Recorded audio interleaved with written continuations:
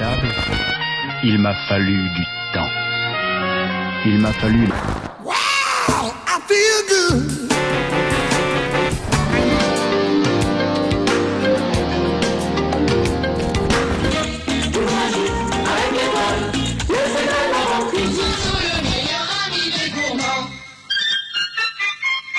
Top milk sucré, aromatisé. Top milk. Il est si croustillant. Allô, allô, My hand. Doctor pass from my body to my hands. Vous faites qui vous rend camerounais.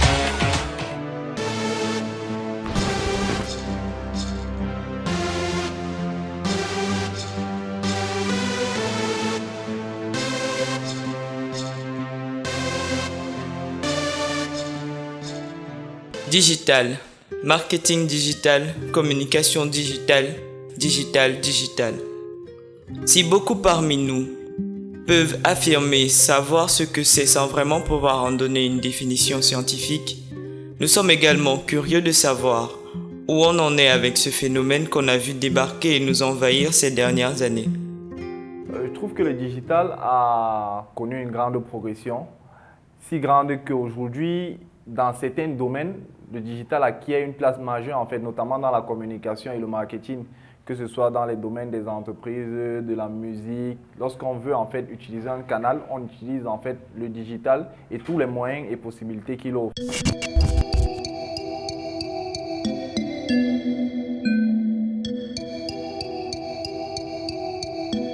Donc, quand on regarde jusque 2015, où j'ai réellement commencé à m'y intéresser, je vais dire en profondeur, le taux de pénétration a pratiquement doublé. Il a même plus que doublé aujourd'hui. Donc, je trouve que le digital a vraiment progressé au Cameroun et a révolutionné en fait les domaines de la communication et du marketing. On ne peut pas faire ça en fait aujourd'hui. Il y a eu un gros boom, en tout cas, je ne vais pas forcément parler des 10 dernières années, mais sur les 5 dernières années, depuis 2015.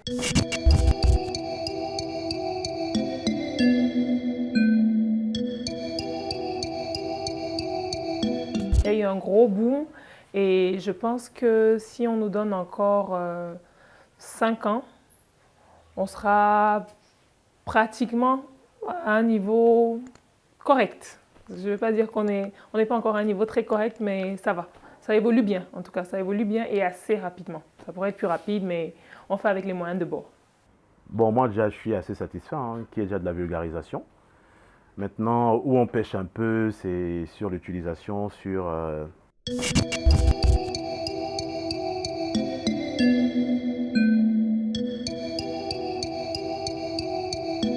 l'optimisation. Et dommage que ceux qui sont supposés en profiter le plus, et là je parle des entreprises, des annonceurs, tu vas remarquer que je ne parle jamais de marque et à aucun moment, parce que la plupart des annonceurs ne sont pas conscients d'être des marques.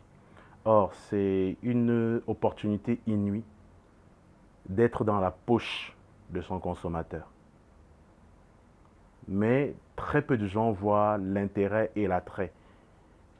Pour beaucoup, le digital se limite à ouvrir une page Facebook, à sponsoriser des campagnes, des jeux concours, pour dire « Ok, allons faire la fête à tel endroit » et ça se limite à ça. Je suis désolé.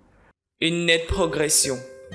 Si on se fie à la progression et l'apport du digital dans certains pays et certaines économies qui semblent avoir maîtrisé le phénomène, comment comprendre le contresens que représentent les limites des entreprises à exploiter l'opportunité que représente le digital pour ces dernières?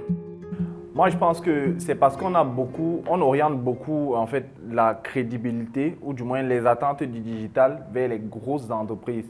Si on remarque bien les petites entreprises ou du moins les projets, si je prends un domaine comme celui de la musique, le digital a réussi à créer une explosion de la musique aujourd'hui.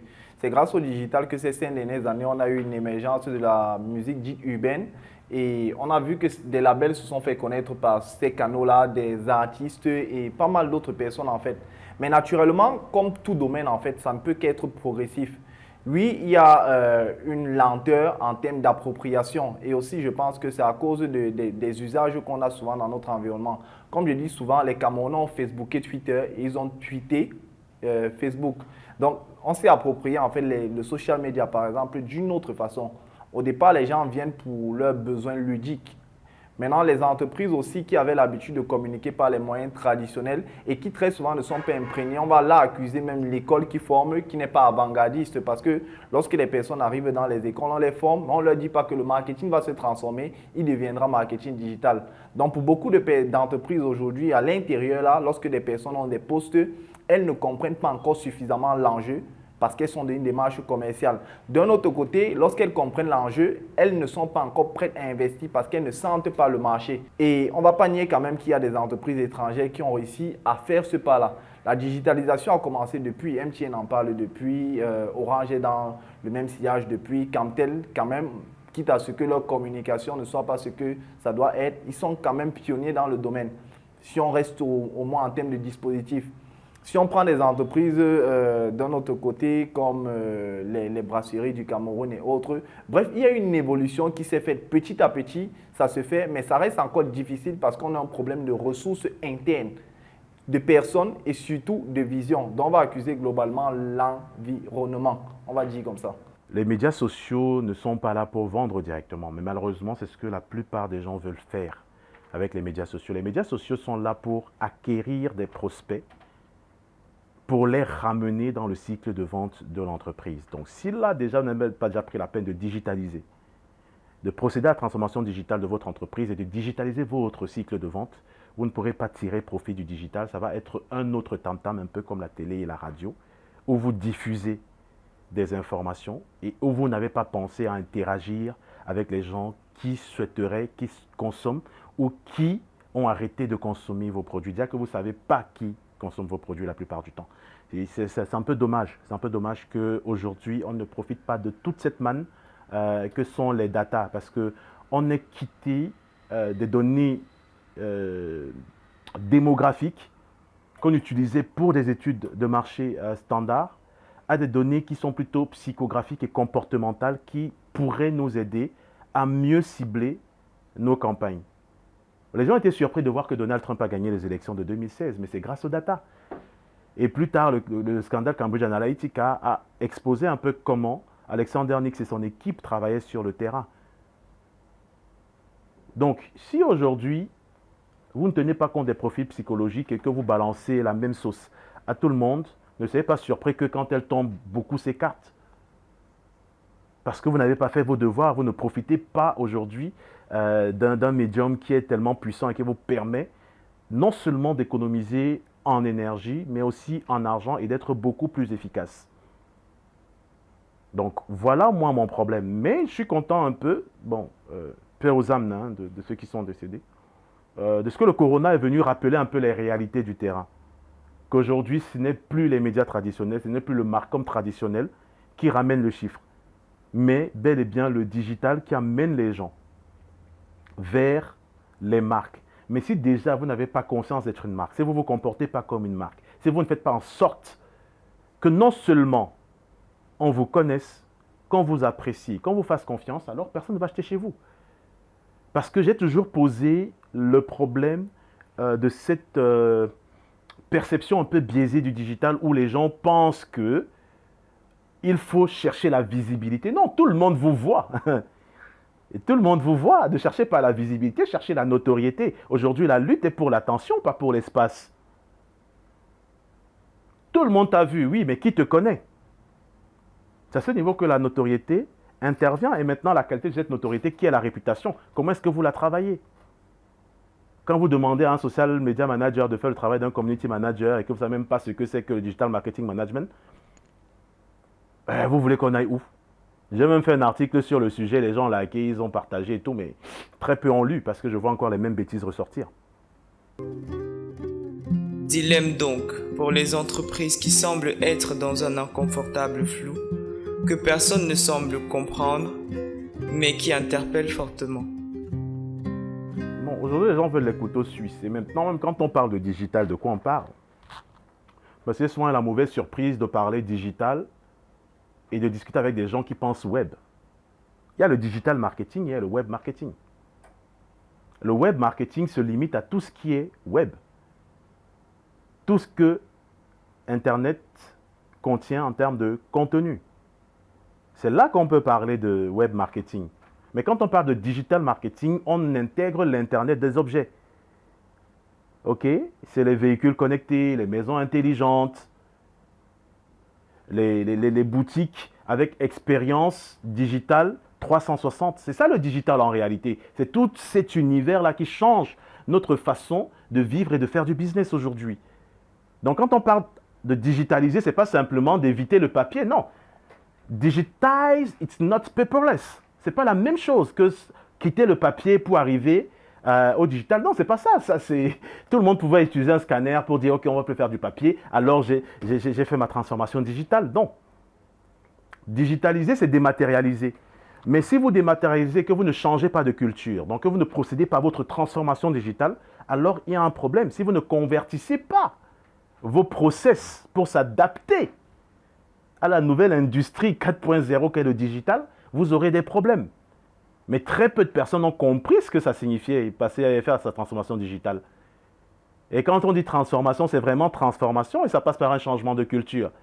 Donc, si on est toujours là en train de vouloir compter combien de passages radio, combien de passages télé, ok, mesure d'audience, déjà que je me demande comment on fait pour faire une corrélation entre ce qu'un internaute a vu et ce qu'un téléspectateur a vu, pour savoir quel canal il a utilisé pour entrer dans le cycle de vente et comment une personne en convertit. Je ne sais pas comment ils calculent ça actuellement.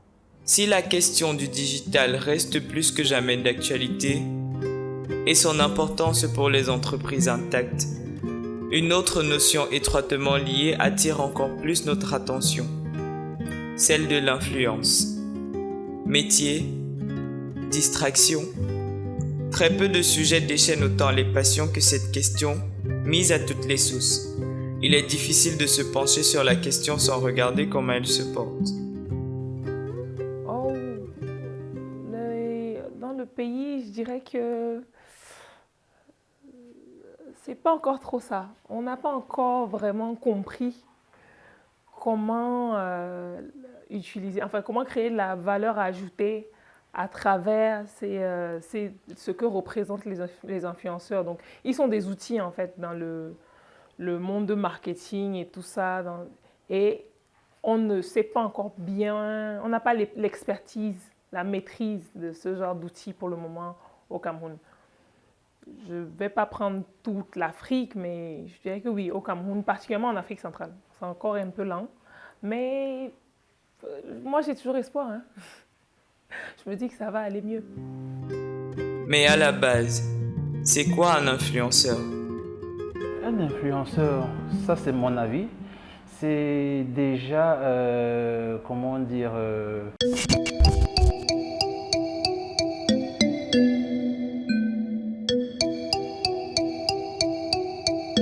C'est un leader d'opinion, un influenceur, c'est un leader d'opinion.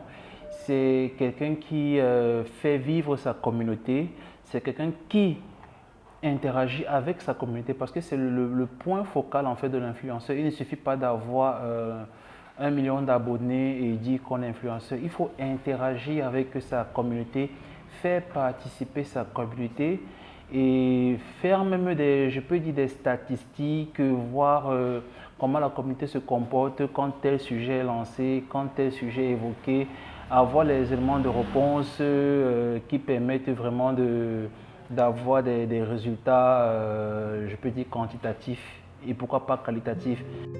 Ok, vu comme ça, il est plus facile pour nous de comprendre et dans notre contexte, qu'en est-il ?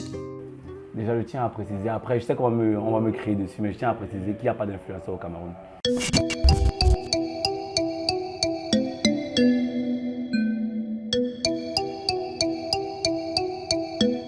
Parce que la notion dit tout simplement que pour qu'on puisse parler d'influenceur, il faudrait forcément que la personne engagée sur le projet ou bien sur le produit puisse avoir un impact élevé à un certain pourcentage sur l'objectif fixé par la marque. Donc on a des relayeurs de contenu, mais on n'a véritablement pas des influenceurs. Hashtag trop de faiblesse. Bon, déjà, je veux savoir qui est influenceur au Cameroun. Est-ce qu'on a des influenceurs ? Un influenceur, c'est quelqu'un capable de prendre la parole et d'influencer les comportements d'achat en faveur d'une marque. Qui fait ça? Le jour où on me répondra, je donnerai mon avis sur la question. Quand WhatsApp annonce le changement de ses conditions d'utilisation, qu'est-ce qui se passe? Elon Musk dit aux gens, allez sur Signal. 5 millions de nouveaux utilisateurs sur Signal. C'est ça, avoir de l'influence. Un influenceur, c'est quelqu'un qui a une influence sur sa suite, donc sur ses followers. Un influenceur devrait être capable de dire à sa suite, donc ses followers, votez pour tel candidat à l'élection Miss ceci. Et ils suivent le mot d'ordre. Je n'ai pas encore vu quelqu'un capable de faire ça ici. Alors de quelle influence on parle? Du nombre de followers? Si j'en veux demain, j'en ai 1 million. Hein. Je crois que j'ai encore un peu d'argent dans ma réserve de budget livre. J'achète les followers avec. On va essayer de recentrer et comprendre déjà comment tout ça marche. Question d'avoir encore plus d'éléments. Pourquoi pas? Le métier d'influenceur, je dirais que c'est un métier comme tout autre métier. On est rémunéré pour ça, on a des engagements, on a des objectifs, on a des résultats à donner. Et en général, c'est un métier qui prend vraiment de la valeur dans des pays qui sont digitalement développés. Ça, je ne cesserai de le dire. Au Cameroun, la perception n'est pas encore à ce niveau-là, elle est différente parce qu'on ne considère pas l'influenceur comme il se doit, justement parce que la culture du digital n'est pas encore bien établie au Cameroun. Mais c'est un métier qui a de l'avenir, surtout pour les pays en voie de développement, et j'espère vraiment qu'on parviendra à se hisser au même niveau que les pays qui sont digitalement développés, afin que ce métier soit reconnu comme tout autre métier au monde. Il n'y a pas de saut métier. Donc, je ne sais pas ce qu'on appelle un vrai métier, un faux métier. Il n'y a pas de saut métier. C'est un métier. À partir du moment où on décide d'en faire son métier, on se donne les moyens d'en vivre, enfin, d'atteindre des objectifs qui nous permettront d'en vivre. Ça veut dire que si je décide d'être influenceur à plein temps, le temps, par exemple, que je mets à profit pour une activité professionnelle un peu plus standard, je le mettrai à profit pour ma vie d'influenceur. Je vais aller plus sûrement vers les marques, je vais être beaucoup plus professionnel dans mon approche, dans ma gestion, dans la gestion de mes communautés sur les réseaux sociaux, dans la gestion même de mon image. Je vais sûrement trouver je pense que le secret dans le travail, c'est aussi la spécialisation, c'est l'expertise. Même quand on est influenceur, on ne peut pas parler de tout. Il faut qu'on ait sa ligne éditoriale, qu'on la respecte et que, comme ça, respectivement, on sache avec qui on peut travailler, comment on peut travailler et surtout combien on peut gagner, combien on vaut. Mais, comment y parvenir donc? Il n'y a pas de recette standard ou miracle pour devenir influenceur. Devenir influenceur, moi, je me dis que c'est d'abord la passion de ce que l'on fait, de ce que l'on veut faire et compte tenu aussi de sa communauté. Pour moi, un influenceur, d'abord, c'est une personne honnête, c'est une personne disponible surtout pour sa communauté.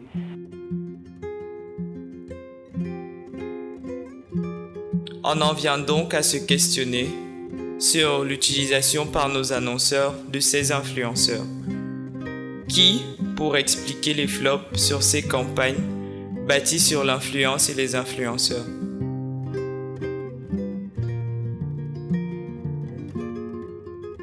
C'est déjà une bonne chose de travailler avec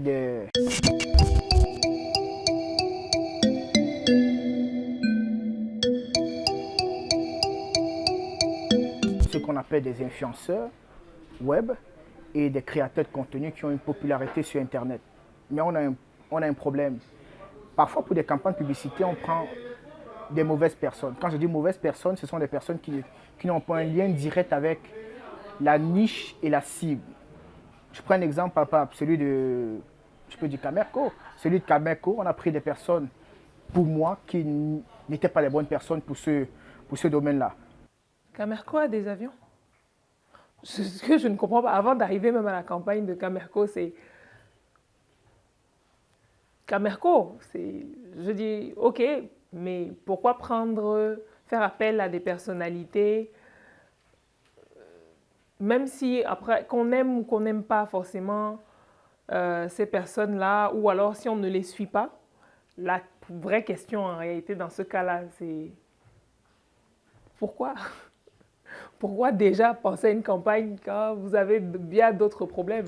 Nous, je pense en tout cas moi, à mon niveau, j'ai surtout vu ça au-delà du choix des personnes, qui est particulier, j'avoue. Ça ne correspond pas forcément, en tout cas à mon avis, ça ne correspond pas forcément à l'image qu'on se fait de ce domaine-là ou de cette entreprise-là. Mais peut-être que c'est juste une façon de venir avec tellement de différences que ça va attirer l'attention.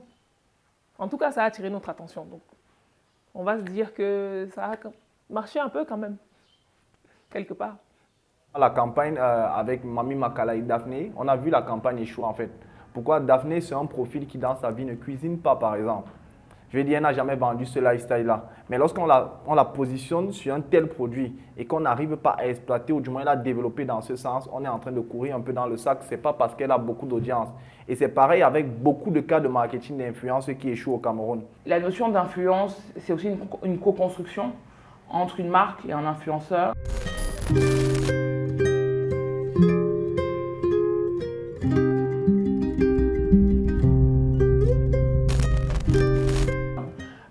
De ce que j'observe, beaucoup de marques vont vers les influenceurs parce qu'ils voient le nombre de likes et ils estiment que comme il a 100 000 likes, il va faire de la pub, il va promouvoir sa marque.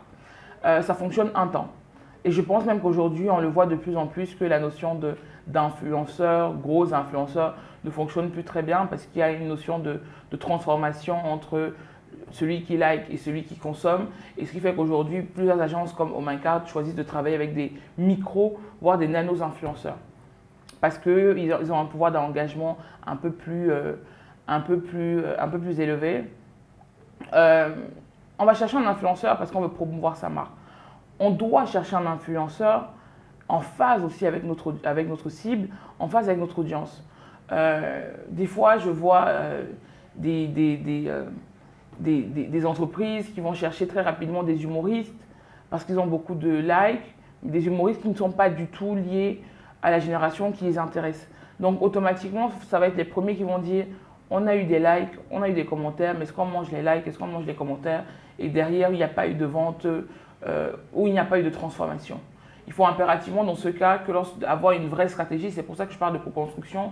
C'est quel contenu je diffuse, pourquoi je le diffuse, où je le diffuse et surtout qu'est-ce que je veux dire.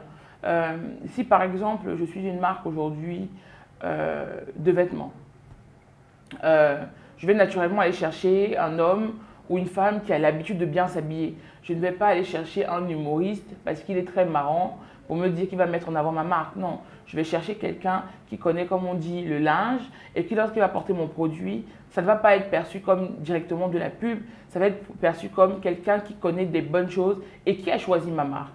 Et dans ce cas, je ne vais pas demander à la personne de publier tous les jours des informations sur ma marque. Je vais dire à la personne, ton audience est active à quel moment? À quel moment ton audience a l'impression que trop de publications peut l'épuiser visuellement. Et là, l'influenceur va me dire, moi je publie généralement 3 fois par semaine. Et je pense qu'idéalement, il faudrait qu'on publie juste 1 fois par semaine, voire 1 fois toutes les 2 semaines.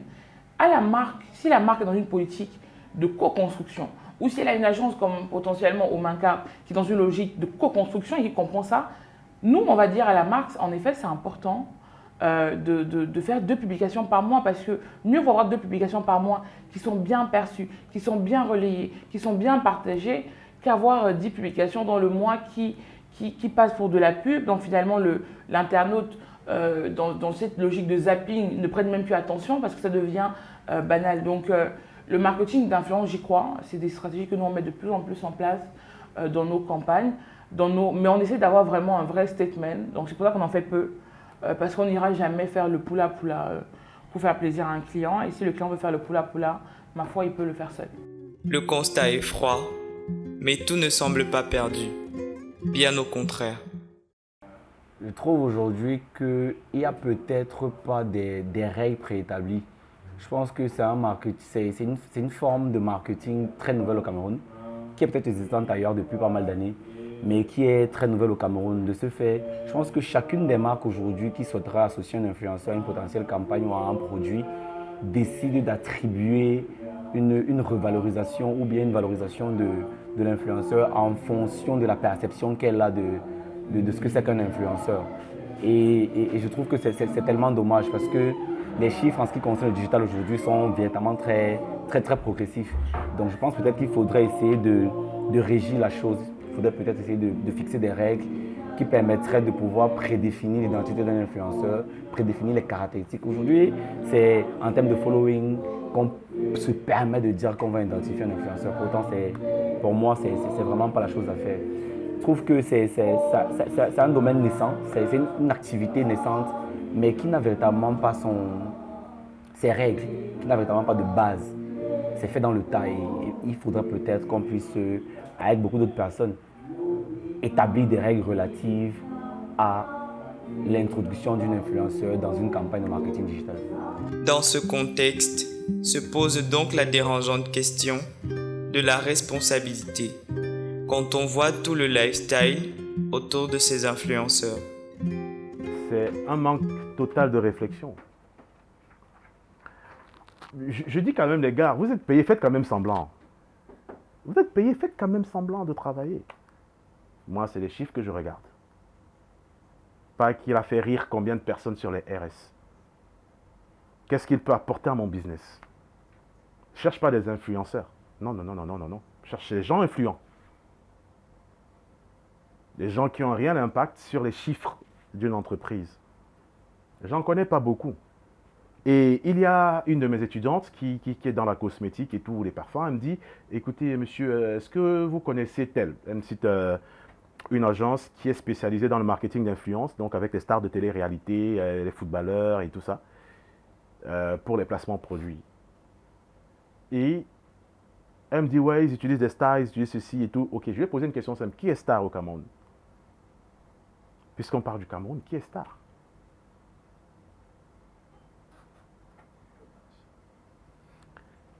Il y a les stars du commerce, il y a les braqueurs de la République. Bon, les sportifs, au moins, on sait qu'ils courent sur le stade, ils transpirent, ils ont leur argent et puis passent à la télé quand il y a la Champions League. Les artistes, non, on ne les considère pas ici, c'est les gars qui jouent au snack. Mais personne ne veut savoir ce que tu fais dans la vie, quel est ton mérite pour être connu. Alors, on va utiliser les stars, on va utiliser le marketing d'influence. Pour quel résultat? Parce que je te dis bien, ces annonceurs n'ont aucune conscience de marque. Tu prends une star du commerce comme égérie pour ton business. Tu imagines l'exemple que tu es en train de montrer aux jeunes? Est-ce que ça te préoccupe? Est-ce que le bien-être de ton audience cible qui est jeune te préoccupe réellement? Quelles sont les valeurs que vous véhiculez? Or, une marque, ça commence avec des valeurs fondamentales. Donc, tu comprends où est mon dilemme depuis. Il y a cette absence de conscience de marque et il y a ces valeurs de la société qui sont complètement retournées.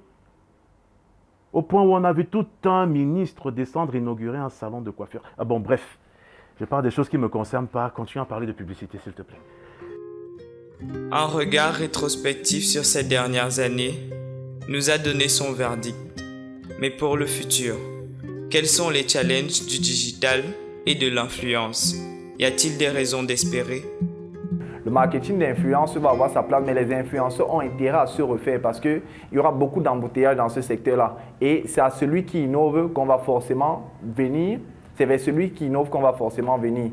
D'un autre côté, je crois qu'on a besoin forcément de nouveaux concepts et que ceux qui sont là ont besoin de se renouveler. La force des influenceurs va être d'apprendre le marketing. La force des entreprises va être de comprendre quels sont les méandres du marketing d'influence et les avantages de ce segment-là dans leur stratégie. À la fin de ma journée, je suis bien contente d'avoir pu mettre des mots sur mes différentes interrogations concernant le digital et l'influence. La route est longue, mais on se rapproche du point, de l'objectif de la mission. Fils de pub.